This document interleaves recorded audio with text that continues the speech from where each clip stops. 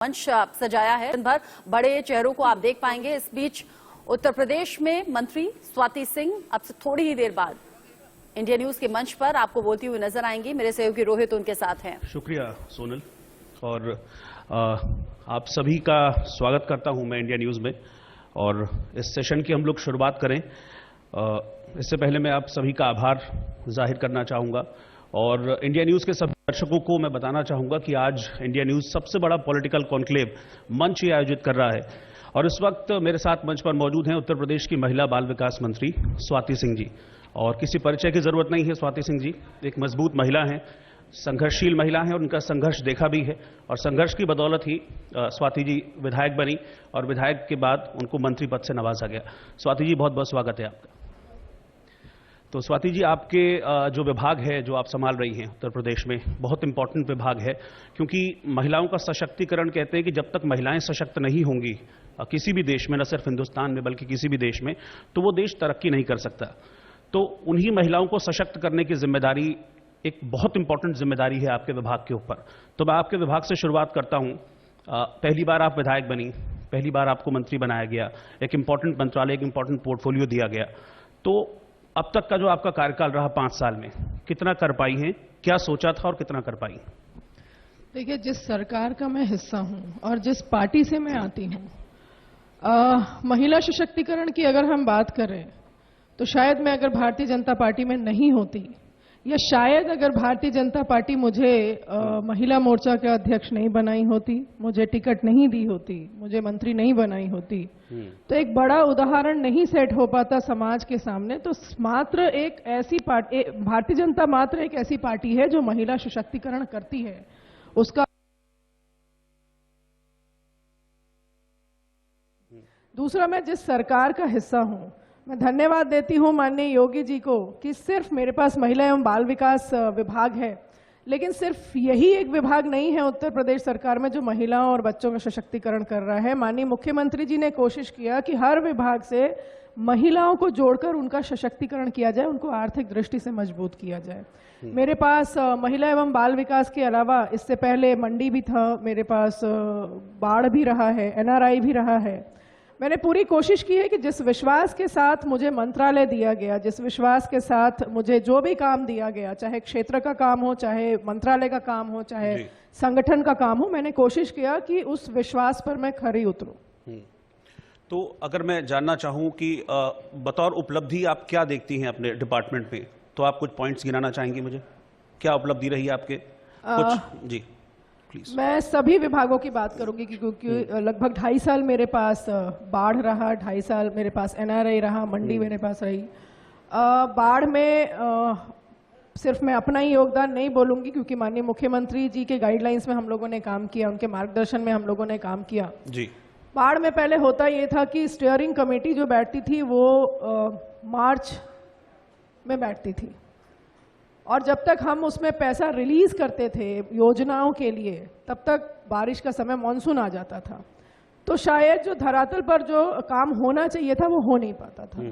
माननीय मुख्यमंत्री जी ने इस विषय पर चर्चा किया कि क्यों ना इस स्टीयरिंग कमेटी को हम अक्टूबर-नवंबर में लेकर जाएं, और उसके बाद से उस विभाग में स्टीयरिंग कमेटी हमेशा अक्टूबर या नवंबर में हो जाता था। जो भी परियोजनाएं आनी होती थी बाढ़ की दृष्टि से, उसको कटान की दृष्टि से, वो सारी परियोजनाएं हम अक्टूबर से नवंबर में हम पास कर देते थे, और उसमें हम पैसा भी पास कर देते थे, ताकि जब जून में मानसून आए तब तक सारे ही क्षेत्र में जो बाढ़ग्रस्त क्षेत्र थे, जो भी सेंसिटिव और हाईली सेंसिटिव क्षेत्र थे, उसकी सुरक्षा हो सके।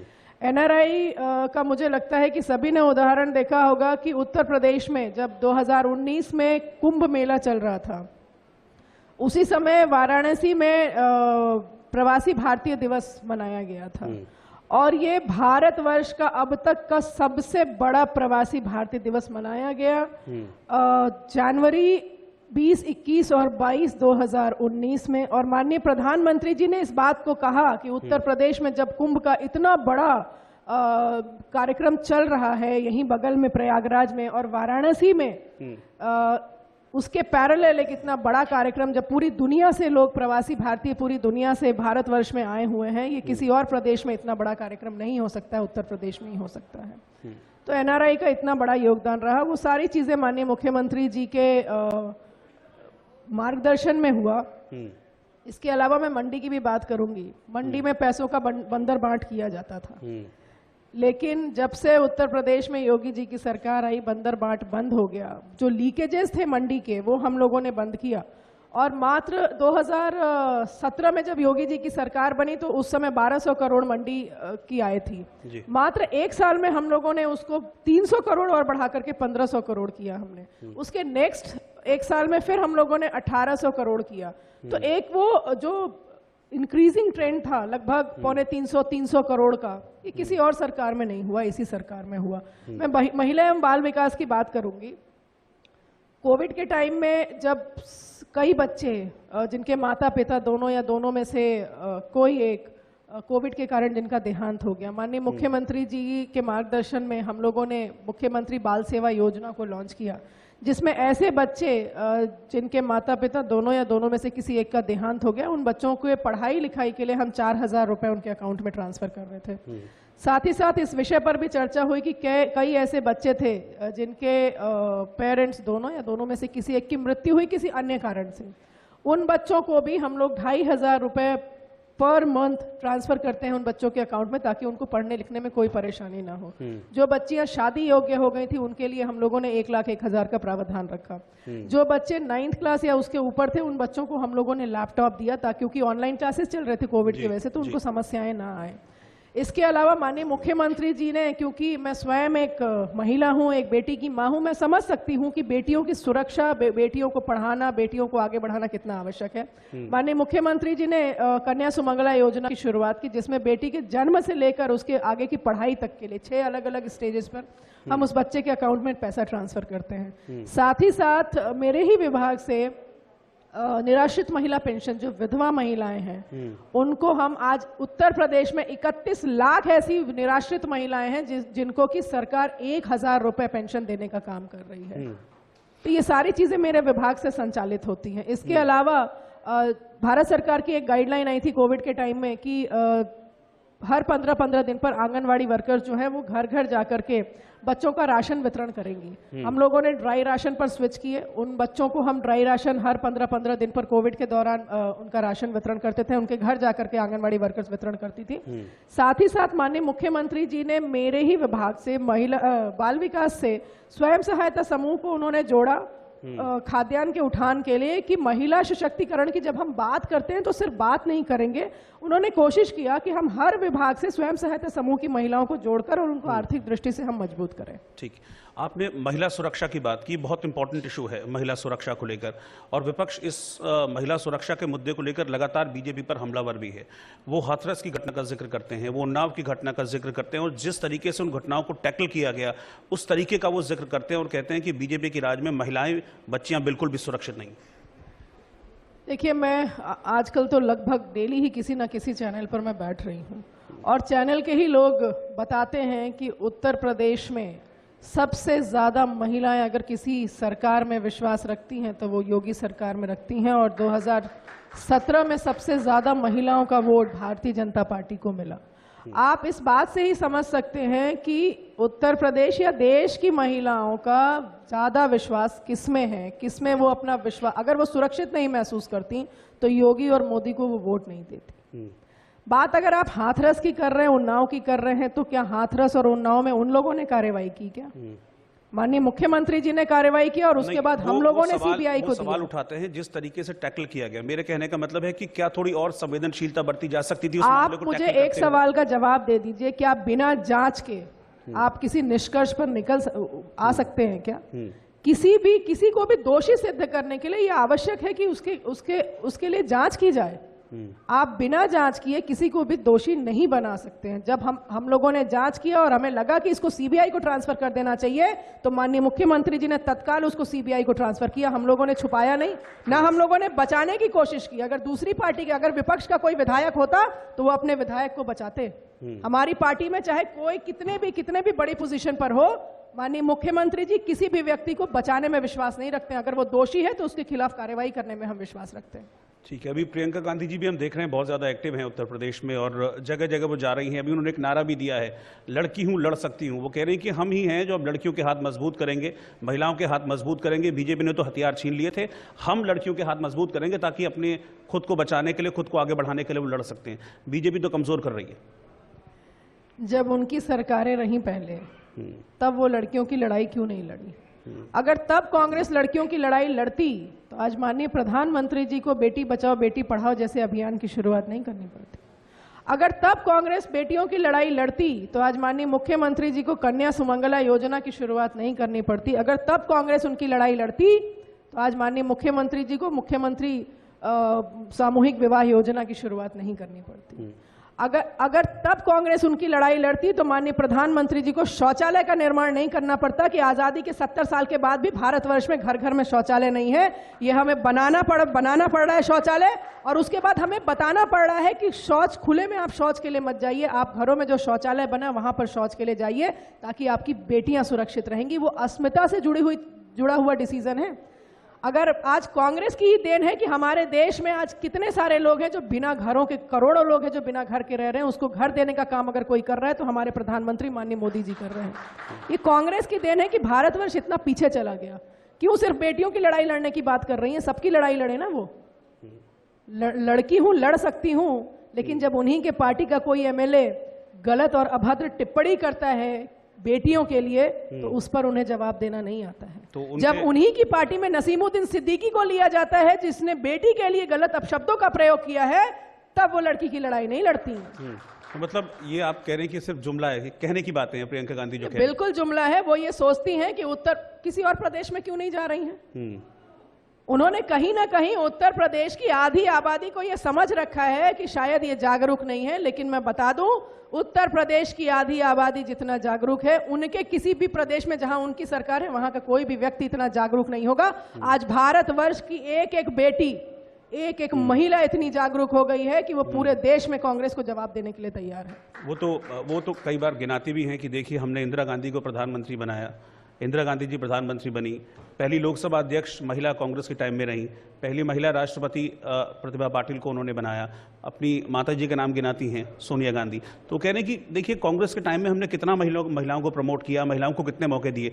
बीजेपी कहाँ करती है? बीजेपी तो नहीं बनाती मुख्यमंत्री किसी को, महिला को। देखिए जो वो गिनाती हैं वो उसमें एक आध चीजें गिनाना भूल गई कि कांग्रेस में जो है उन्हीं के परिवार के लोग राज करेंगे, उन्हीं के परिवार के लोग गद्दी पे बैठेंगे। अगर जब उनकी सरकार थी तो प्रधानमंत्री कौन रहा? कोई ना कोई उनके परिवार का सदस्य रहा। उनके पार्टी में अध्यक्ष कौन रहा? जब राहुल गांधी रिजाइन किए तो फिर सोनिया गांधी बन गई। उस समय कांग्रेस में कितनी लड़ाई भी छिड़ी थी। या तो वो खुद इस बात को सिद्ध कर रहे हैं कि कांग्रेस में अब कोई भी कॉम्पिटेंट व्यक्ति है ही नहीं, और उनके बेटे कैसे हैं ये तो जग जाहिर है। तो कहीं ना कहीं वो एक परिवार की पार्टी है, और उस परिवार ने शायद बहुत सारे ऐसे लोगों की जो कैपेबिलिटी थी उसको उन लोगों ने खत्म कर दिया, उसका हनन कर दिया उन लोगों ने। बीजेपी में कभी हमको दिखेगा कि कोई महिला राष्ट्रीय अध्यक्ष बनेगी बीजेपी में और नेतृत्व करेगी पार्टी का? ऐसा उम्मीद करें? भारतीय जनता पार्टी किसी एक परिवार की या किसी एक जाति की पार्टी नहीं है।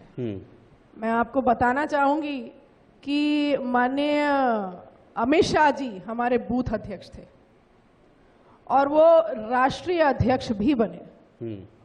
माननीय राजनाथ सिंह जी किसी राजनीतिक परिवार से नहीं थे, वो राष्ट्रीय अध्यक्ष बने। अगर कोई ऐसी महिला होगी जो इतने बड़े पार्टी का बागडोर संभाल लेगी तो हमारी पार्टी में जरा भी संकोच नहीं किया जाएगा, क्योंकि महिला सशक्तिकरण अगर कहीं पर है किसी राजनीतिक पार्टी में तो सिर्फ और सिर्फ भारतीय जनता पार्टी में। मेरी शुभकामनाएं आपके साथ हैं।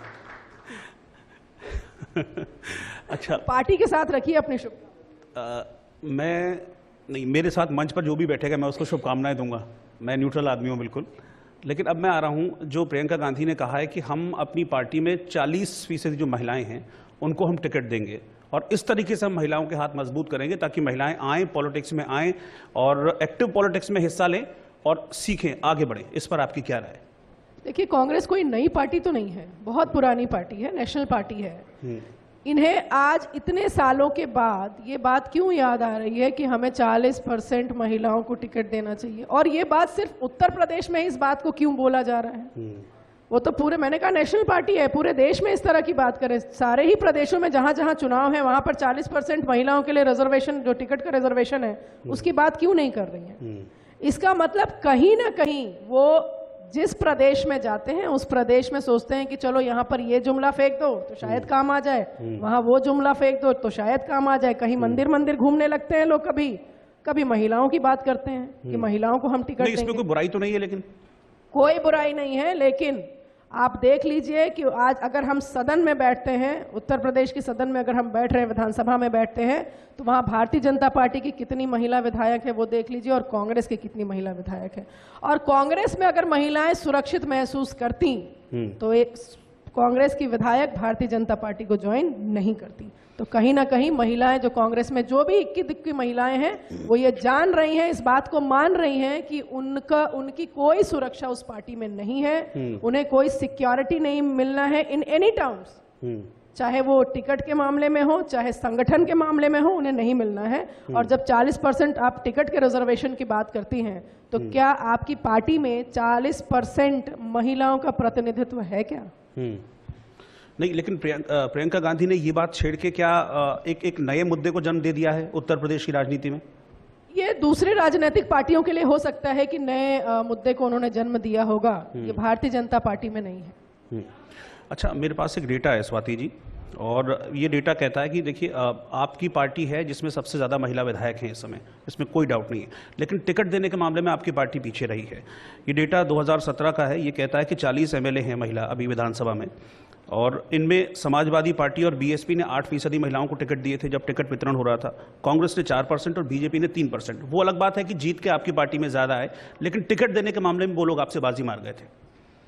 देखिए, जब हमारी पार्टी, जब हमारे माननीय प्रधानमंत्री जी बेटी पढ़ाओ बेटी बढ़ाओ जैसे योजना को लेकर आते हैं, जब माननीय मुख्यमंत्री जी कन्या सुमंगला योजना को लेकर आते हैं, तो भविष्य में ऐसी बेटियां आगे आए जो खुद अपना काम करें। हमारी पार्टी में ऐसे लोगों को बढ़ावा नहीं दिया जाता है कि कोई अपनी पत्नी को लड़ा करके और फिर खुद काम करे। वो बहन आए, वो पत्नी आए जो स्वयं काम कर सके। भारतीय जनता पार्टी सभी महिला के लिए खड़ी है, आइए टिकट लीजिए, जीतिए और अपना काम करिए। हम उस पार्टी में विश्वास नहीं, हम उस काम में विश्वास नहीं रखते हैं जहां पर और पार्टियां महिलाओं को लड़ाते हैं और घर का, और उनके घर के जो पुरुष होते हैं वो मैदान में आकर काम करते हैं। अच्छा, अभी अगर विधानसभा में महिलाओं की भागीदारी देखी जाए तो 33% जो कोटा है उसमें अगर 403 के हिसाब से मैं देखूं तो 120+ होनी चाहिए महिलाएं, लेकिन ऐसा है नहीं, सिर्फ 40 महिला MLA हैं। तो आपको लगता है कि नहीं, महिलाओं को और आगे आना चाहिए, और आगे लाने के लिए क्या प्रयास किए जाने चाहिए ताकि महिलाएं पॉलिटिक्स में आए? आप हैं, देखिए आपका डिपार्टमेंट है, आपने इतने काम गिनाए, अच्छा काम कर रही हैं, और भी महिलाएं आगे आएंगी तो अच्छा रहेगा समाज के लिए। देखिए, मैं बार बार इस बात पे मुझे बड़ी चिंता होती है कि लोग सिर्फ पॉलिटिक्स में कितना प्रतिनिधित्व है महिलाओं का ये क्यों देखते हैं। सबका देखिए, आप IT सेक्टर में देखिए कितनी % महिलाएं, आप अपने मीडिया में देखिए कितने % महिलाएं, आप बाकी प्रोफेशन में देखिए कितने % महिलाएं हैं, आप राजनीति में भी देखिए, पॉलिटिक्स में भी देखिए कितने % महिलाएं हैं। महिलाओं का, जब हम आधी आबादी में हैं, आधी आबादी का आधा प्रतिनिधित्व हो, इसीलिए माननीय प्रधानमंत्री जी और माननीय मुख्यमंत्री जी अलग अलग योजनाओं के माध्यम से महिला सशक्तिकरण कर रहे हैं, महिलाओं को आर्थिक दृष्टि से मजबूत कर रहे हैं। क्योंकि किसी भी व्यक्ति की सोच को अगर आपको मजबूत करना है, अगर डिसीजन मेकिंग पावर चाहिए, तो ये बहुत आवश्यक है कि आप पहले आर्थिक दृष्टि से मजबूत होइए। जिस दिन ये कैपेबिलिटी भारत की महिलाओं में आ जाएगा, उस दिन आधी आबादी का प्रतिनिधित्व भी आधा हो जाएगा। और माननीय प्रधानमंत्री जी और उत्तर प्रदेश में माननीय योगी जी इस ओर अग्रसर है, बहुत जल्दी वो सारी चीजें होनी है। अच्छा, तो हम उम्मीद करें कि इस बार, अब चूंकि अब टिकट वितरण, मुझे लगता है कि अब धीरे धीरे चीज़ें फाइनलाइज होने लग जाएंगी, क्योंकि अब 10 फरवरी को तो वोटिंग शुरू हो जाएगी, तो उम्मीद करें कि पिछली बार से ज़्यादा इस बार भागीदारी रहेगी टिकट वितरण में महिलाओं की। मैं सरकार का हिस्सा हूं, संगठन का हिस्सा नहीं हूं। मैं जिस पार्टी से आती हूं, जिस पार्टी की कार्यकर्ता हूं, उस पार्टी में हमारा काम अलग अलग है। संगठन अपना काम करता है और सरकार में सरकार का प्रतिनिधित्व कर रही हूँ। सरकार, इसलिए मैं सरकार की योजनाएं यहाँ पर गिना रही हूँ आपको, नहीं तो संगठन की बातों को गिनाती मैं आपको। नहीं, राय तो ली जाती होगी आप लोगों की भी। नहीं, हमारा संगठन, मैंने कहा ना, हम पैरेलली काम करते हैं। सरकार का अपना अलग काम है और संगठन का अपना अलग काम है। राय देने के लिए बहुत बड़े बड़े लोग और बहुत क्वालिफाइड और बहुत ही एक्सपीरियंस्ड लोग हैं हमारी पार्टी में। उसके लिए, उस राय के लिए मुझे नहीं लगता है कि आज मैं उतनी सक्षम हूं कि इन बड़े बड़े बिंदुओं पर मैं कोई राय दे सकूं। मैं जिस पार्टी से आती हूं, मैं उन लोगों के मार्गदर्शन में काम करती हूं। मैं जिस सरकार से आती हूं, मैं माननीय मुख्यमंत्री जी के मार्गदर्शन में काम करती हूं। मैं कह रहा हूं, थोड़ी देर के लिए भूल जाइए कि आप विधायक हैं, मंत्री हैं। एक महिला के तौर पर, एक इंडिविजुअल के तौर पर स्वाति सिंह क्या सोचती है इस बारे में? इस बारे में, इसी बारे में जो मैंने कहा कि महिलाओं को आगे आना चाहिए। मैं एज एन इंडिविजुअल, मैं आपको सही कह रही हूँ, इसलिए नहीं कि मैं भारतीय जनता पार्टी का हिस्सा हूँ या योगी सरकार का हिस्सा हूँ। मैं एज एन इंडिविजुअल, क्योंकि मैं एक महिला हूँ, एक माँ हूँ, एक बेटी की माँ हूँ, इस नाते मैं ये सोचती हूँ बार बार, और कई बार मैं अपनी बातों में इस बात का उल्लेख भी करती हूँ कि इस देश की बेटियों को आज़ादी के 70 साल तक इंतजार करना पड़ा कि इस देश में कोई ऐसा प्रधानमंत्री आए जो बेटियों की बात करे, बेटियों को आगे बढ़ाने की बात करे, बेटियों को पढ़ाने की बात करे। इस देश में की बेटियों को 70 साल का इंतजार करना पड़ा आज़ादी के बाद कि कोई ऐसा प्रधानमंत्री आए जब हमारे लिए शौचालय का निर्माण करना पड़े, हम सुरक्षित महसूस करें, हमारी अस्मिता को बचाने के लिए कोई प्रधानमंत्री आए। उत्तर प्रदेश की बेटियों को इंतजार करना पड़ा योगी जी का कि योगी जी आए और मुख्यमंत्री कन्या सुमंगला योजना की बात करें। एज एन इंडिविजुअल मैं बोल रही हूँ, और ऐसा नहीं है कि मैं आपके चैनल पर हूं तो मैं इस बात को बोल रही हूँ। मेरे बहुत सारे ऐसे भाषण हैं जो आप कहीं रिकॉर्ड भी हुआ होगा तो आप देख सकते हैं। जब मैं बच्चियों के स्कूल में भी जाती हूँ तो इन बातों का मैं उल्लेख करती हूँ, क्योंकि मैं आज से, अगर आप कुछ दिन पहले चले जाइए तो शायद मैं इस पॉलिटिक्स में, एक्टिव पॉलिटिक्स में मैं नहीं थी, लेकिन तब जो मैं महसूस करती थी और आज जो मैं महसूस कर रही हूँ, जब किसी विपक्ष की, जब वहां पर सरकार थी, मैं पढ़ी लिखी हूं, मैं नौकरी करती थी, लेकिन शाम को निकलने में मैं डरती थी। आज कोई भी व्यक्ति, कोई भी महिला इस बात को कहती है कि योगी जी की सरकार में लॉ एंड ऑर्डर इतना दुरुस्त है कि हम अपनी बेटियों को कहीं भी भेज सकते हैं, और वही बात मैं भी कहती हूँ। आप कह सकते हैं मैं मंत्री मैं हूँ, सुरक्षा मेरे साथ चलती है, मेरे बच्चों के साथ नहीं चलती है सुरक्षा, लेकिन मेरे बच्चे जाते हैं, स्वयं अपना अकेले काम कर लेते हैं। तो ये योगी जी की सरकार है कि उत्तर प्रदेश में इतना अच्छा लॉ एंड ऑर्डर है कि आज मैं एक माँ होने के नाते, मंत्री होने के नाते नहीं, एक माँ होने के नाते, एक बेटी की माँ होने के नाते मैं अपनी बेटी को अकेले कहीं भी भेज सकती हूँ। ठीक है, अब मैं थोड़ा सा और पॉलिटिक्स की बातों पर आता हूँ। 5 साल आपकी सरकार चली है, आपने अभी अपने कार्यकाल की उपलब्धियां गिनाई हैं, लेकिन कुछ ऐसी चीज़ें रह जाती हैं जो आप सोचते हैं कि नहीं, मुझे आगे कंप्लीट करनी है। आगे का विजन क्या है 2022 में? मेरी शुभकामनाएं आपके साथ हैं। 2022 में बीजेपी रिपीट अगर करती है तो क्या विजन रहेगा आगे? क्या आपको लगता है कि ऐसे चीज़ें हैं जो मुझे करना चाहिए और मैं कर सकती हूँ? देखिए, ये प्रश्न चिन्ह तो उठता ही नहीं है कि अगर आएगी तो। बीजेपी की सरकार दोबारा आ रही है, दोबारा यहाँ योगी जी आ रहे हैं, क्योंकि उत्तर प्रदेश की जनता को अच्छा लग रहा है कि ऐसे लोग जो अपराधी प्रवृत्ति के हैं उनके घरों पर बुलडोजर चलता रहे और हमारी बेटियां और बहुएं और महिलाएं हमारे समाज की सुरक्षित हैं। जहां तक आपने कहा कि क्या ऐसा काम है जो आप आगे करना चाहते हैं, देखिए 5 साल में ये भी कहना गलत होगा कि हमने पूरे उत्तर प्रदेश का विकास कर दिया, अब कोई काम बचा ही नहीं। सरकार का काम होता है कि निरंतर काम करते रहे, सभी फील्ड में काम करते रहे। तो ये माननीय मुख्यमंत्री जी या हमारी सरकार, हमने कभी इस बात को जस्टिफाई किया नहीं कि उत्तर प्रदेश का समग्र विकास हो गया, अब किसी बात की आवश्यकता नहीं है। ये तो निरंतर चलने वाली प्रक्रिया है और ये भविष्य में भी चलती रहेगी। भारतीय जनता पार्टी की सरकार आती रहेगी और अपने प्रदेश की जनता के लिए हम काम करते रहेंगे, क्योंकि हम भी आप ही के बीच के हैं, हम महसूस कर सकते हैं, हम इस बात को समझ सकते हैं कि आपकी क्या समस्याएं हैं, क्योंकि हम आपके बीच में ही रहते हैं और उसके लिए हम निरंतर काम करते रहेंगे, भविष्य में भी काम करते रहेंगे। ठीक है, आपको शुभकामनाएं हैं। एक आखिरी सवाल मेरा ये है कि पिछली बार प्रचंड बहुमत आपको मिला था, 325 आप और आपका गठबंधन लेकर आया था। इस बार भी आप 300 प्लस का नारा दे रहे हैं, अखिलेश कह रहे हैं 400 प्लस। वो तो छोड़ ही नहीं रहे हैं कुछ आपके लिए। देखिए, जब पिछली बार हमारे प्रदेश अध्यक्ष जी जब इस बात को कहते थे 300 पार, अब की बार 300 पार, तो बहुत लोग हंसते थे और मीडिया के भी कई ऐसे पर्सनल्स थे जिनको विश्वास नहीं था कि भारतीय जनता पार्टी 300 पार कर पाएगी। हम 350 सीट्स लेकर आए अपने अलायंस के साथ आप सभी शॉक्ड थे, पर भारतीय जनता पार्टी का एक भी कार्यकर्ता शॉक्ड नहीं था। हम अपने कार्यशैली को जानते हैं और इस बार भी जब पार्टी कह रही है 300 पार, तो 300 पार होगा। ये जुमले तो विपक्ष करते रहते हैं, क्योंकि जब घर में ही बैठकर ट्विटर पे और फेसबुक पे अपडेट करना है तो कुछ भी अपडेट कर दो। हम लोगों के बीच में रहते हैं, लोगों के बीच में काम करते हैं, इसलिए समझते हैं कि लोग क्या चाह रहे हैं, हमारी जनता क्या चाह रही है, हमारे प्रदेश के लोग क्या चाह रहे हैं, इसलिए हम उनका मन जानकर इस बात को कहते हैं। ठीक है स्वाति जी, आपने बड़ी बेबाकी से हर सवाल का जवाब दिया। क्या उपलब्धियां रही और क्या विजन है, उस पर आपने बातचीत की। बहुत बहुत शुक्रिया आपका, आपने समय निकाला, आप हमारे साथ बैठी और भविष्य के लिए एक बार फिर से मैं कहूँगा कि शुभकामनाएं हैं, और जिस मजबूती के साथ और जिस जिजीविषा के साथ आप काम कर रही हैं, ऐसे ही अपना काम आप जारी रखें। Thank you very much. बहुत बहुत धन्यवाद।